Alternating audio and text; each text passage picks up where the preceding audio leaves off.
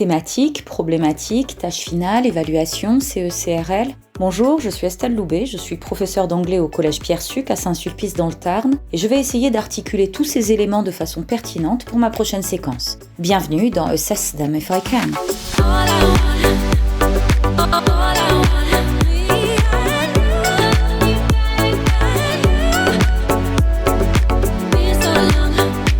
Pour ma prochaine séquence de terminale, je voudrais travailler sur les fake news. Avec ce thème vaste, je vais plutôt opter pour une problématique en lien avec les habitudes de mes élèves. Dans quelle mesure peut-on croire ce qu'on voit en ligne ? Je vais leur demander de créer une vidéo conspirationniste en incluant des photos ou des extraits d'autres vidéos détournées, accompagnées d'une voix off. Et ce sera l'occasion pour mes élèves de participer au concours interlangue Detox Linfox, donc je n'ai pas besoin d'éléments de surprise dans ma tâche évaluative ici, puisqu'ils connaîtront le thème et la production attendue. Bon, pour déterminer de façon précise les compétences sur lesquelles on va travailler, il faut que je me mette à la place de mes élèves et que je rédige la tâche finale. Pour ça, je vais me servir de l'exemple de la vidéo du complot chat, réalisée par des élèves de seconde du lycée Madeleine Vionnet de Bondy, dans le cadre du programme Mon œil, et ça pourrait donner quelque chose comme ça.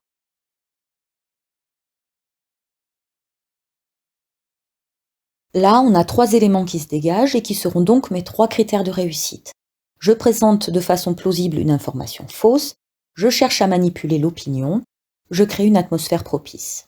Je veux que mon évaluation soit explicite, que mes élèves sachent exactement ce qui est attendu d'eux, et je veux aussi pouvoir leur faire un retour constructif sur leur production. C'est donc, comme d'habitude, une échelle descriptive qu'il me faut. Allez, j'attrape le CE-CRL 2021 en un coup d'œil et je vais chercher toutes les compétences qui pourraient être pertinentes avec ma tâche finale pour pouvoir élaborer une grille d'évaluation.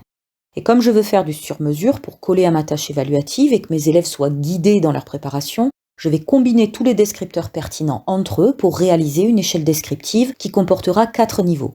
Ici, on est en terminale, donc l'attendu de fin de cycle est le niveau B2. Il y aura un niveau au-dessus de B2 pour ceux qui dépassent l'attendu et 2 niveaux en dessous pour ceux qui n'ont pas le niveau attendu en terminale.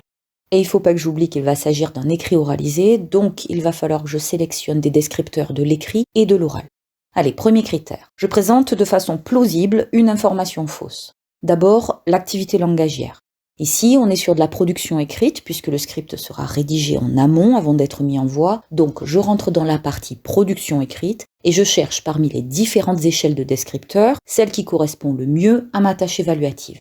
Ce sera essai et rapport. Et produire un essai qui développe une argumentation méthodique du CE-CRL va devenir pour mes élèves pour formuler une fausse information cohérente et plausible.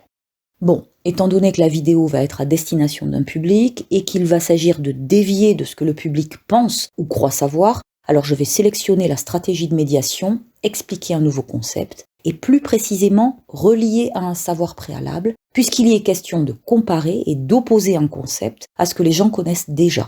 Ça deviendra pour mes élèves dans le but de rappeler à mon auditoire une information vraie, connue de tous. Dans les compétences langagières communicatives, je vais avoir besoin de descripteurs qui concernent la correction de la langue. Donc je vais prendre le tableau correction grammaticale pour l'exposition des faits bruts au présent ou au passé. Alors en B2, on peut attendre des élèves qu'ils choisissent le temps adapté et conjuguent les verbes sans commettre d'erreur. Il faudra que je le précise dans mon descripteur sur mesure.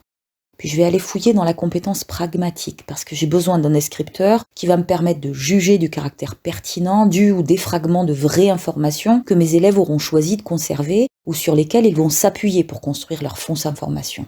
Et pour ça, je vais pouvoir me servir du tableau souplesse qui dit que l'élève peut reformuler une idée afin de mettre l'accent sur un point ou de l'expliquer. Et ça deviendra, je sélectionne quelques points importants que je choisis de mettre en avant pour mes élèves. Je crois qu'on est bon pour le premier critère.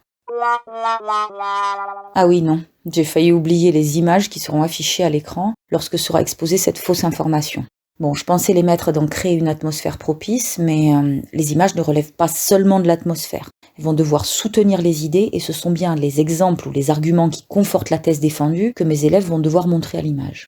Alors pour ça, je vais aller regarder dans la compétence pragmatique et je vais sélectionner le tableau développement thématique, dans lequel il est question de produire une argumentation claire, étayée par des exemples pertinents, et qui stipule qu'un élève est capable de faire la différence entre fait et opinion. Ici, je pourrais évaluer la capacité de mes élèves à justement brouiller cette différence et à conforter leur message par le biais des images choisies. Bon, ça y est, j'ai mon premier critère B2 qui sera Pour former une fausse information cohérente et plausible, je sélectionne quelques points importants que je choisis de mettre en avant dans le but de rappeler à mon auditoire une information vraie, connue de tous. Je présente ma contre-vérité comme un fait en choisissant et en conjuguant les verbes, sans commettre d'erreur, au présent simple ou au prétérit. Je choisis des images pertinentes qui sont de bons exemples de ce que j'avance et qui confortent mon propos. Bon, si mes élèves arrivent à faire ça, alors je monte d'un cran dans ma grille pour voir s'ils arrivent à faire mieux que l'attendu, et s'ils n'y arrivent pas, il faudra que je descende d'un cran ou de deux. Donc je vais reprendre les mêmes tableaux et moduler mon premier descripteur au niveau C1, B1 et A2. Pour les niveaux en deçà de B2, quand il n'y aura pas de descripteur disponible ou quand le descripteur ne sera pas pertinent avec ma tâche évaluative, je vais aussi me servir d'une règle simple. Je suis au niveau attendu si je sais faire, c'est-à-dire si je valide tous les éléments de mon descripteur B2. Je suis au niveau B1 si j'ai essayé de faire mais sans y arriver complètement. Et je suis au niveau A2 ou moins si je n'y parviens pas ou si je n'ai pas essayé. Alors voyons ce que ça peut donner. Le descripteur souplesse en C1 insiste sur la capacité à provoquer des degrés fins d'incertitude. Donc au lieu de mettre en avant quelques points importants, je note que mes élèves seront au niveau C1 s'ils parviennent à présenter leur fausse information de façon hautement vraisemblable. En revanche, ils seront au niveau B1 s'ils arrivent à exprimer l'essentiel d'une fausse information. Et comme au niveau A2, le CECRL stipule que l'élève peut recombiner des éléments existants mais sans vraiment se les approprier, dans mon descripteur sur mesure, je dirais que l'élève n'est pas vraiment capable de détourner les points principaux ou les mettre au service de son argumentation. En termes de stratégie de médiation, le descripteur C1 va me permettre d'ajouter une dimension implicite dans la façon de traiter les informations vraies connues de tous, notamment les suggérant à l'aide de questions. Au niveau B1, dans le CECRL, il n'est plus question de ce que les gens connaissent déjà, mais il est question de ce qui leur est familier. Donc mes élèves seront au niveau B1 s'ils présentent leur fausse information comme familière, même s'ils le font maladroitement d'ailleurs. Et pour le niveau A2, il n'y a pas de descripteur disponible. Mais on peut utiliser le descripteur de la colonne de droite qui correspond à adapter son langage, qui semble pertinent ici parce qu'il mentionne la capacité à répéter le point principal d'un message simple. Et c'est ce que je peux imaginer que feront mes élèves au niveau A2, mentionner uniquement les points principaux d'une information. Dans le descripteur de l'activité langagière et ses rapports, je ne garderai que l'idée d'un cheminement interne en C1, avec introduction, développement et conclusion pertinents. En B1, je préciserai qu'il s'agira d'une production courte et simple, et en A2, je vais utiliser la formulation « je ne fais que lister très brièvement » en associant la quantité du descripteur et ses rapports au descripteur développement thématique qui précise que l'élève peut faire une description sous la forme d'une liste de points. Enfin, pour les images et la partie développement thématique, dans les descripteurs de ma grille, il va falloir que je stipule de façon explicite le fait qu'en B2 et C1, les images vont être suffisamment bien choisies pour participer à l'argumentation, alors qu'en A2, elles ne feront qu'illustrer le propos, et en B1, on sera sur un entre-deux, avec des images qui parfois soutiennent le message, parfois l'illustrent uniquement. Allez, deuxième critère, je cherche à manipuler l'opinion. Dans la partie production, je vais m'intéresser à la stratégie de planification parce qu'elle implique une réflexion sur ce qu'on va dire et sur la façon dont les destinataires vont réagir à ce qu'on dit. Et c'est justement ça qui me permettra de juger de la gradation de l'efficacité de la manipulation. Le CECRL dit qu'en B2, l'élève peut planifier ce qu'il faut dire et les moyens de le dire en tenant compte de l'effet à produire sur le destinataire. Donc je vais rendre ceci plus compréhensible pour mes élèves et leur apporter des précisions supplémentaires en utilisant la formule « je manipule graduellement l'opinion du spectateur sans le braquer ». Pendant la séquence, nous aurons vu des structures grammaticales spécifiques pour semer le doute avec « have you ever » et le present perfect, « what if » et le prétérit modal et encore d'autres questions, mais aussi pour ouvrir les yeux du spectateur avec la voix passive combinée à be plus ing pour souligner que le spectateur n'est pas acteur et que quelqu'un d'autre lui sert du déjà pensé. Donc je vais me servir dans les compétences langagières communicatives du CECRL du tableau étendu linguistique général pour évaluer l'utilisation de toutes ces structures sans me limiter à la correction grammaticale et je préciserai tous ces éléments dans mon descripteur à destination de mes élèves. Et enfin, dans la lignée de cette même idée, je vais utiliser le tableau cohérence et cohésion pour évaluer la force de la persuasion au travers des mots de liaison et des adverbes utilisés. Mon deuxième descripteur pourra donc être « je manipule graduellement l'opinion du spectateur sans le braquer, en m'adressant à lui à l'aide des structures étudiées en classe, destinées à lui ouvrir les yeux et à semer le doute dans son esprit, et en insérant judicieusement des adverbes ou mots de liaison, d'abord de correction, puis de renforcement. » Voilà pour le niveau B2, et je modulerai le niveau au-dessus et les deux niveaux en dessous, comme pour le premier critère, selon ce que contiennent les descripteurs du CECRL. Troisième critère, Je crée une atmosphère propice. Pour ce critère, je vais avoir besoin de la compétence sociolinguistique pour l'adéquation sociolinguistique au code du genre de la vidéo complotiste. On aura vu d'autres exemples en classe et on aura donc recensé tout ce qui conditionne l'adhésion ou non à la production finale. Alors, le premier élément, ce sera le montage. Ah oui, non, je peux pas évaluer le montage parce que ça relève de la création, de la réalisation artistique. Donc il va falloir que je m'appuie uniquement sur des éléments qui existent déjà, que mes élèves pourront trouver facilement sur Internet et qu'ils utiliseront à bon escient ou non, comme la musique, les couleurs et les effets visuels. Il faut que je fasse apparaître cette liste dans mon descripteur pour que ce soit bien clair pour mes élèves. Et étant donné qu'en B2, le CECRL précise que l'élève peut modifier en connaissance de cause sa façon de s'exprimer pour qu'elle corresponde à la situation, ici, je préciserai que les choix audiovisuels opérés dans la vidéo devront être, la plupart du temps, en accord avec la situation, c'est-à-dire en accord avec le message. Ce descripteur du cadre mentionne la façon de s'exprimer, c'est-à-dire la voix off de ma vidéo.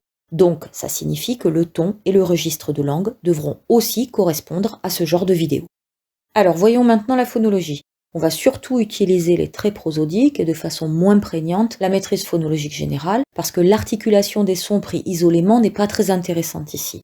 On va donc garder de cette maîtrise générale la partie l'impact sur la compréhension est négligeable ou nul et on se servira du descripteur des traits prosodiques pour évaluer la pertinence du rythme et de l'intonation. Bon, je crois que j'ai mon troisième descripteur qui pourra être « J'utilise un rythme, une intonation, un ton et un registre de langue très souvent adaptés à ce genre de vidéo et je sais quels mots accentuer pour convaincre sans commettre d'erreurs de prononciation qui impactent la compréhension de mon message. Mes choix audiovisuels, musique, couleurs, éventuellement effets visuels sont la plupart du temps en accord avec mon message. Je vais suivre la même démarche que précédemment pour élaborer les descripteurs C1, B1 et A2 et la grille sera complète. Allez, les points maintenant, il faut transformer tout ça en notes chiffrées. Alors on va attribuer des points score en fonction du niveau de compétence pour chaque critère. Et on va utiliser des multiples de 5, c'est plus simple. 5 points score pour A2, 10 pour B1, 15 pour le niveau attendu B2 et 20 pour le niveau C1, au-delà de l'attendu. Il faut ensuite que je fasse un tableau de conversion pour transposer le score en notes sur 20. Je fixe mon attendu, c'est B2, et j'ai 3 critères, donc 3 fois 15 points score égale 45. Si l'élève a 45 points score ou plus, il aura 20 sur 20 comme note finale. Je vais ensuite répartir les différents niveaux de maîtrise. Pour le niveau A2, je vais amener ma ligne de conversion jusqu'à la note 7 sur 20. Pour le niveau B1, j'irai jusqu'à 19. Ces seuils de conversion correspondent à ceux indiqués sur la grille qui permet d'établir l'attestation de langue pour le bac. J'aurais pu les modifier en fonction de mes élèves, de ce qui aura été traité en classe, ou même du moment de l'année où je ferai cette séquence. J'ai plus qu'à distribuer cette grille en début de séquence et le tour sera joué. Dans cette vidéo, nous avons vu comment élaborer une échelle descriptive à partir du CECRL pour proposer à mes élèves de terminale une évaluation soutien d'apprentissage autour des fake news.